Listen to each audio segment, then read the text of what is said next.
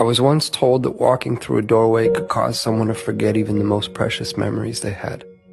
Memories of good, memories of bad, memories of love and of loss, all tucked away neatly, stored like the worn-out blankets that were kept to dress the rainy days and bad habits that happen from time to time.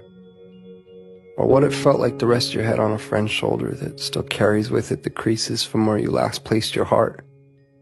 Just like that. Gone within a single step. That somehow 3 beams and an imaginary line drawn across some old aching floorboards were all that stood between you and the infinite silence of the very things that once colored your mind with sound. It's funny. You can make yourself believe almost anything if you think about it for long enough. Was that you? Was that you? I was once told that the love I felt beating inside my chest was nothing more than my mind playing an unfair trick on my heart. And like a pair of dice dancing along the uneven pavement, their fate, much like yours or mine, had already been decided. That even the cracks that drew their faults between 2 opposing sides could not escape a fate that was always destined to be sealed.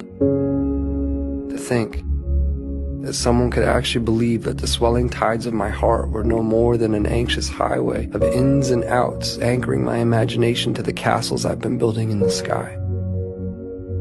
Well, maybe they are the crazy ones. Then again, I have been known to misplace my hope in the way things fall. And if I had to confess, there stands a greater chance that I've all but lost my mind in here.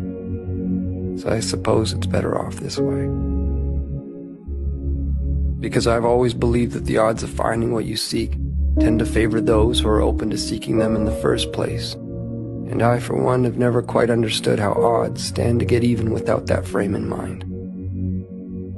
To be clear, I've seen a million faces. I've seen a million different faces, each one mirroring that of your own. And still, none of them have felt like home to me. None of them have felt like you. So here we are. And I can vaguely and strangely trace your outline. I can remember what it felt like to hold you. I can remember what it was like to stare blindly into your eyes for what felt like an eternity. How could I forget that? I could never forget that. I could never forget you. No matter how long it takes for my words to make their way through the vastness of this place we've called home, I unto you and you unto me, I say them and will continue to do so. Day after day, night after night, never knowing if you'll actually hear them. There's no place for time here. Just overlapping moments where I thought I'd found you. Where I thought I heard the sound of your breath. Where I felt your heart as it waited patiently for mine, retracing the steps that we left in the life before last. Before our eyes closed. Before the great divide. Before a doorway stood between you and me. As it stands, I found myself in that doorway again. With both feet in your heart on my sleeve.